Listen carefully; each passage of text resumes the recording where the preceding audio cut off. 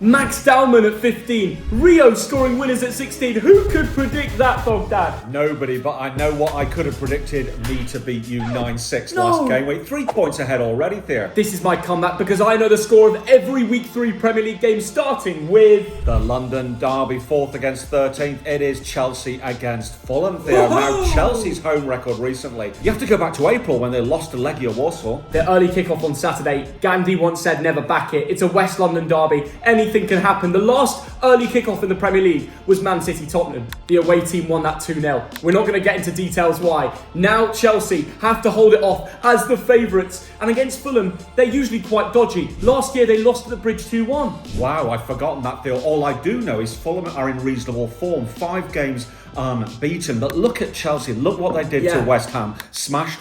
They did. Smashed. And they didn't even need Cole Palmer, who spent most of his time this week on Notting Hill Carnival anyway. Do you see his outfit there? No, he didn't. Unbelievable. He was dressed as a Jamaican. I rate it. But he should be injured. He got a tummy ache. He really just wanted to drink some Magnums. But it doesn't matter, Dad. They've got Pedro Neto. They've got your favourite player, Steven. Yeah, and Escobar. You know that means Steven. I know it does. Thank you. That's your name. I know it is. Well, Dad's real name is Steven, if you didn't know. They've got great depth, that Chelsea team, going forward. Even João Pedro, who is cooking. Surely they're going to win at Fulham because Stamford Bridge is in Fulham. You know that? This is the Fulham derby. This is the Fulham derby, yeah. I think Fulham will turn up and give them a good go. Will Emil Smith-Rowe start this time? Ooh. He was so good when he came on. His movement was brilliant. You know who will start, Dad? Anthony Robinson. He came off bench, he made all the difference. He was the sub-assister of that goal, and he was so good down that left side. He brings pace, and having a match fit is so important for Marco Silva. I thought Iwobi was solid as well. I can see him turning up in a game like this. I think this Fulham team is very unchanged, but all they need is some R9 magic, aka Rodrigo Muniz, created by Josh King, who I called. Remember in our video in 2021, we said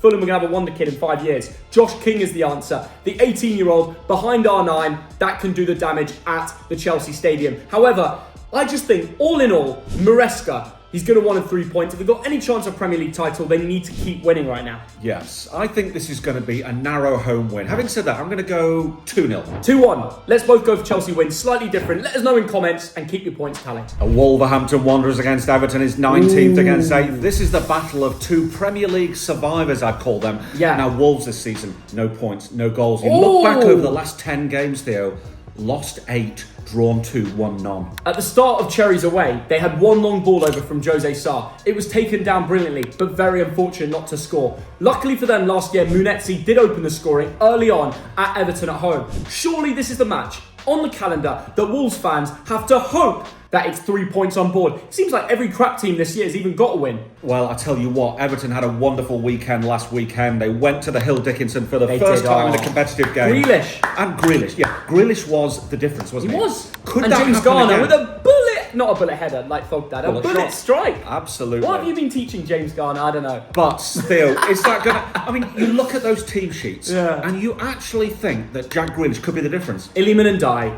Jack Grealish. They've even got new signing Tyler Dibling. Will he get his debut from Southampton? But the question is, at the Molineux, surely Wolves are going to get chances. They've got some new lads in team, and they've got big Strand Larson up top, who, by the way, if he gets the ball in box, he's going to take it. I can see both teams scoring here. I just don't know if to back a 1-1 draw or a 2-1 Wolves win. Home teams this year, they seem to get the job done. Look at Burnley against Sunderland. Yeah. You know? Sunderland against West Ham. It's the home team season in the Premier League. It is there. Now, Strand Larson, I heard a rumour that he might be moving away. No. There might be offers on the table.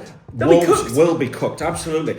I reckon this could be a 0-1, a 0-0. I'm actually going to go for a 1-1 draw. Dad's turning to Fab Rom is all I'm hearing. And look, I just think if Wolves are ever going to win, it has to be now. And I know Everton have a very good team, but they look dodgy at Leeds away. Wolves 2, Everton 1. Wolves to score twice. They're going to win. I don't know why. Tottenham Hotspur against AFC Bournemouth, second against ninth. Let's talk about Spurs. Right. Haven't conceded a goal, won both games. I mean, goodness, they're looking spectacular, aren't they? You go to the City of Manchester Stadium, don't concede and win a game. That is special. Ange Ball would never have seen the day where 2 games have gone and 0 goals conceded. Plus 5 goals scored. It's brilliant. Thomas Frank, he's bringing stability, structure, common sense to that team. Yeah. The way they played against City away. I know Ange won that 4-0 the year before, but City have a lot of new players. They're trying to make it stronger. They came there with a plan, took their chances. They made the most of mistakes. Of course, Trafford. We'll get onto that when we talk about City. But they made the most of it. There's no doubt about it. In Spurs, are doing well. There's no doubt. And I think they're favourites coming to this Bournemouth game where Andoni Iraola, he's a tactician. They're looking good. They've already got a win on board at home. It won't be an easy match, but you still go into it with belief in the Whites. Do you know what? Bournemouth got a wonderful win, didn't they, last weekend? And the weekend before, let's not forget the game at Anfield against Liverpool. Yes. It was 2-2 until about 5 minutes to go. They played well. They put up a good fight. They're a fighting team, aren't Semenyo got him back into that. David Brooks, the creator on the wing. By the way, David Brooks, again, was putting in lovely crosses to Semenyo in that second match. I think he missed pretty much an open goal. But what a threat the Ghanaian forward is. And having that Welshman on the wing to put those whipping balls in. Andoni Iraola has worked out the tactic. They're a strong team. They can sell their best players like Zabarnyi, Hoyson. They're still a very strong team. They're going to get enough wins. I don't know if they'll win here. They've done it before. Let's not forget that. But Spurs are favourites. And I have to say, Pape Matar and Palhinha, that midfield duo, it's starting to really work. Yeah. They're connecting well. And I think they can build. Actually, I was scrolling on TikTok and the Illuminati are confirming this is going to be a Mo Kudus masterclass. They've signified key dates of his career. And they've worked out that this day, the date of Tottenham Bournemouth, he's going to have a masterclass. Well, if it says it on TikTok, it must be true. Now, this fixture was 2-2 last season, but Sonny was there then. He got one of the goals. I think this will be a close-ish game. I think Bournemouth this season will surprise people. Yeah. They won't be in a relegation fight. They'll be comfortably mid-table. And by the way, that's saying a lot because it's not a big club. This is going to be Spurs 2, Bournemouth 1. Interesting because the last time they played at the stadium at NLS, I call it North London Stadium, 2-2 draw, and it was Even Ilson and Tavernier to score. Tavernier scored last week as well, we know that. So he could be a threat. Something tells me Spurs at home are going to run away with it. Maybe I'm a bit ruthless here. You predicted 2-1. I'm going to go 3-1 to Tottenham. That 2-goal difference will get me that extra point if it happens. I just think they've got the quality, momentum, and Mo Kudus. I told you. Manchester United against Burnley, 16th against 11th. More importantly, this is a tasty Lancashire derby, and the Burnley fans will love this. They've come up. It's an away day to savour. You have a beer, you have a pie, you sing your hearts out. Whatever the score is, you have a good time. I'm not sure they're going to be loving it after 90 minutes of this. It's Man United's story. It's their time to step up. It's Amorim now or never with all their new signings. Bruno's getting a lot of stick this week because when he was lining up his penalty, the ref bumped into him. Who do you defend there, Dad? That was ridiculous from Bruno. Honestly, he could start an argument with himself just by looking in the mirror, couldn't he? Probably. He backed into the ref. It's something and nothing. It's like, that sums up the whole of Manchester United right now. Complaining about the things that they don't need to bother about. Focus on the job. Get on with the football. You're not going to have the whole box and freedom in football. See, the thing is, Bruno made that a problem. And he missed. It happened at his own fault. People claiming that the ref did that on purpose. You've lost the plot, mate. The truth is, they need to win this big. They've spent a lot of money, and that money needs to come into results. They've spent, €250 million on a forward line who've scored one goal in 3 hours. That isn't good enough. There was so much hype, and we're seeing that's exactly what it is. Hype. And by the way, that one goal was an own goal. They need more. It has to come now. It could start now, but the pressure's on. So Cunha, who played excellent at Fulham, was very unlucky not to actually grab a brace. Brilliant touchdown from the goal kick as well. That could be the time to shine for the Brazilian. And Mbeumo, get a moment. He was unlucky not to score the header against Arsenal. Can we see that answer now? I'm going to say yes. I hope Amorim plays Mason Mount and doesn't play Sesko. I don't think Sesko is ready to start. That's just my opinion. Mount was connecting play really nicely, even with Gorgu on the left. I think this is the answer for him against Burnley at home. You play him, you play Cunha and Mbeumo with Bruno. I reckon they win this 3-0. I know it's crazy to say right now. That could happen if everything comes together. Now, Josh Cullen, Jayden Antony were superb against Sunderland. So a massive shout out to Burnley for getting a win this early in the season. This won't be a cricket score, but what it will be is United 2, Burnley 0. Sunderland against Brentford, 7th against 10th. These are two teams who might be involved in a relegation fight this season. Now, Brentford. Sunderland were brought back to earth at the weekend with that defeat by Burnley, weren't they, Theo? They had early moments, then Dan Ballard got injured, and then it was purely Burnley domination. They scored 3 times, 2 of them were allowed. That was a real reality check, but they don't need reality checks at Stadium of Light. They will have that 12th man, they will have the fans there. Brentford will be shocked. Those away fans travelling from London, they've not seen a match like it. The last time they played was in Championship 2018. Brentford came away with a 2-0 win. Now they're back in Prem, and actually Brentford did excellent last week to beat Villa at home. Brilliant from that right back Coyote. I thought he was brilliant. But also that Damsgaard, he ran around the players like Messi. If he can keep up his form on this long journey up to Sunderland, they can come away with a win. But I just don't think I can back Keith Andrews here. I do look at the stats and think, look, Brentford, let's look how they did against away from home, promoted teams last year. You know how many points they picked up? Go on. 9 points from 3 games. Perfect. From 1-0 at Ipswich, the other 2 games are won 4-0 and 5-0. So if they can replicate that, I know they don't have Thomas Frank, they're going to win this game. But Sunderland, they still have that magic at home. You cannot back them from winning 3-0 to a loss. So I don't know what to predict. It's Do you impossible. know what? Brentford are a really funny team away from home. You look back to last season, early on in the season, they couldn't get a point. And then over the last 7 games away, they've only lost 1 of them. Madness. So unpredictable. And because of that, Theo, and Sunderland also new to the Premiership, very hard to call. I'm just going to go 1-1. Yeah, I can see my end of scoring here. I'm going to also go for a 1-1 draw. We agree for the first time on this video. What gives me hope for the Bees is that link up between Igor Thiago and Dango Utara, who brilliant pace on the end, but Igor Thiago's head on as well. That's a connection that they need to build this season. Leeds United against Newcastle United, 12th against 15th. This is an encounter between 2 massive northern clubs. Now Leeds absolutely humbled at the weekend by Arsenal. It's going to happen to a lot of teams. Yeah. But look at their home record, Theo. They are unbeaten in the last 10 games before they lost at home to Millwall. Yeah, but we're talking about championship fixtures there. Yep. This is the Premier League, hardest league in the world. We know that team isn't as good as we think. I look at it and I don't think survival. I'm sorry, Leeds fans. You can roast me all you want. Goodmanson, I didn't think he was good enough against Arsenal. I get that you signed James Justin in market and that will improve it. That's someone who did do really well at Leicester, but is injury prone. That's why the teams haven't gone to the market for it. You've got Peroni in goal, and it looks like he has a Peroni most matches. The way he couldn't save that Saka shot. I don't know what's going on there. They lost 5-0. That was a big reality check. With Rodon at the back, I don't know what you expect. There's going to be goals leaked, especially against the good teams. Do you think they will leak goals against a Newcastle team without Anthony Gordon, though, and without Isaac?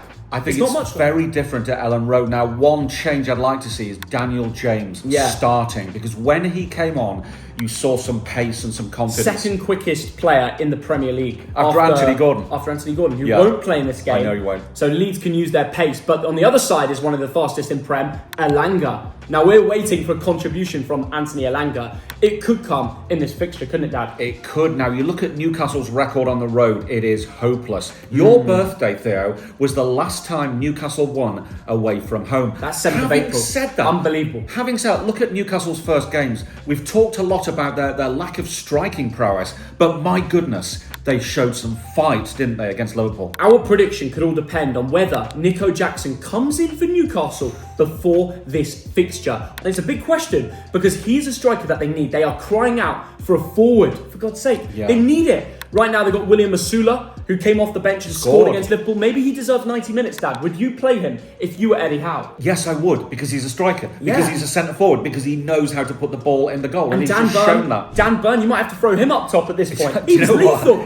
Do you know what? That was a spectacular game of football. So full marks to Newcastle and to Liverpool for entertaining the world last night. And we streamed it on the main channel. Subscribe to that first. Well, it's active down below. You can go put it on screen now. We're streaming so many big games every week now for the Premier League. Do not miss them. Be there or be a square. Do you know what? I look at that Newcastle team, despite the number 9 problem, shall we say, it is a very good team. It is. I think that once they get their problems sorted out off the pitch, they're going to be comfortably in those European places. 5th, 6th, 7th, 8th. And I think it starts here. Now, this could easily be a 1-1 draw. Yeah, but I'm going to go Leeds 1, Newcastle 2. Eddie Howe needs to dig deep. They gave it everything against Liverpool. They are stronger than Leeds. I can see the Geordies winning 1-0. Brighton and Hove Albion against Manchester City is 18th in the table against 6th. Theo, these are 2 teams who lost last weekend and didn't score a goal. Before we predict it, can I just say, can we live stream this? We've got to watch my brother in goal again. Let's do it. Let's give him another shot at the Premier League with Man City and all the players. So be sure to be there on the main channel. It's going to be class on Sunday, 2 p.m. kickoff. But how do you see it going with Brighton? Well, I look at Brighton's recent record. Last 8 home games, won 5 and drawn 3. They are very good at the Amex, Theo. And you showed me something, and some people will laugh at this. Yeah. The XG table. If you did a table of XG based on the first 3 hours of Premier League football this season, Brighton are in the top 6. No way. They're just not finishing their dinner. That's They're just mad. not putting the ball in the net. Yeah, top 3 in the XG table, but they're in the relegation zone. I know. Hurtila needs time to cook. There's absolutely... They've got the quality there with Minter, not Mini. They got Mitoma, who hit bar against Everton. Very unlucky. Would have been a different game if he scored. Danny Welbeck was leaning back when he missed that open goal. Yeah. They've had the moments. If it wasn't for R9 in the last minute in Fulham's game, they would have picked up 3 points. So Brighton, so unlucky. Maybe this is their chance. At home to Man City. Last time round, Dad, they beat them at the Amex. But that was all about João Pedro. I think he got an assist and a goal. He's he not came there on anymore. in the 65th minute. They didn't offer anything. 1-0 down. João Pedro goal. João Pedro assist. Brighton 2, Man City 1. And now he's not there. And a lot of Brighton fans don't really think Matt O'Reilly's filling in his space. You sell your best players. This is what happens. It's a big sort of headache for Tony Bloom. Do you know what? Man City this season, they went away to Wolves, smashed them 4-0, looked fantastic, and then they had that headache, didn't they? That hangover at home to Tottenham Which Hotspur. is so unfortunate because they've got good players. Haaland and Marmoush were linking up very well at the start. If they took an early chance, maybe it'd be a different game. But yes, the pressure crept in. They'd probably been working so hard at the training facilities, trying to link the defence. You know, they need all their players, high pressing defence, and working out what they're going to do. Is it route one? Get it out of danger. If you play it out the back and your team not got confidence, it will create mistakes. They have to do the basics right. Yeah. That's what they did wrong against Tottenham, wasn't it? That is true, Theo. And like I've said a few times, Man City are not playing as a team yet. Yeah. And that is understandable. And for this reason, I'm going to go with a prediction that the bookies disagree with. Yeah. Brighton 2, Manchester City 2. I can see why you predicted that, Dad, with City leaking goals right now. Will it be Trafford in goal? Will it be Ederson? Is Ederson going to Galatasaray? Is Donnarumma coming to Man City? The triangle needs to be figured out. Yeah. Right now, all I know is James Trafford in goal. And I believe in him, but he needs to figure out the understanding between him and his teammates. I'm just going to say Brighton 1, Man City 2. They're going to win this game. I have a feeling. Nottingham Forest against West Ham United is 5th against 20th. Yes. There's one team here who's made a really good start to the season, and then there is West Ham, who've had a shocker. Talk to me about Forest there. They'll be happy with 4 points. Maybe they could have snatched it at Selhurst Park. Well, West Ham, they're in turmoil. I think their manager's most likely to be sacked.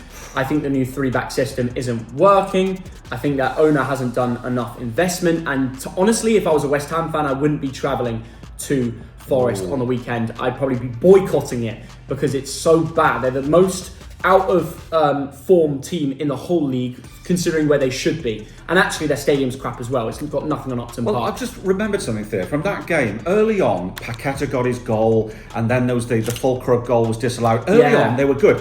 Then they gave up. At some point, they gave up. Now, contrast that with Tottenham Hotspur, who were 2-0 down to Liverpool, the champions, and they were playing against 11 men with 10 men. Yeah. They didn't give up. And that was the difference. West Ham gave up. Now, that's a worry. Yeah, and I want to see Forest go out and batter them and sack Potter so we can end this destruction, this slow destruction of West Ham. And I think it could happen because they've won this fixture 4 times in a row.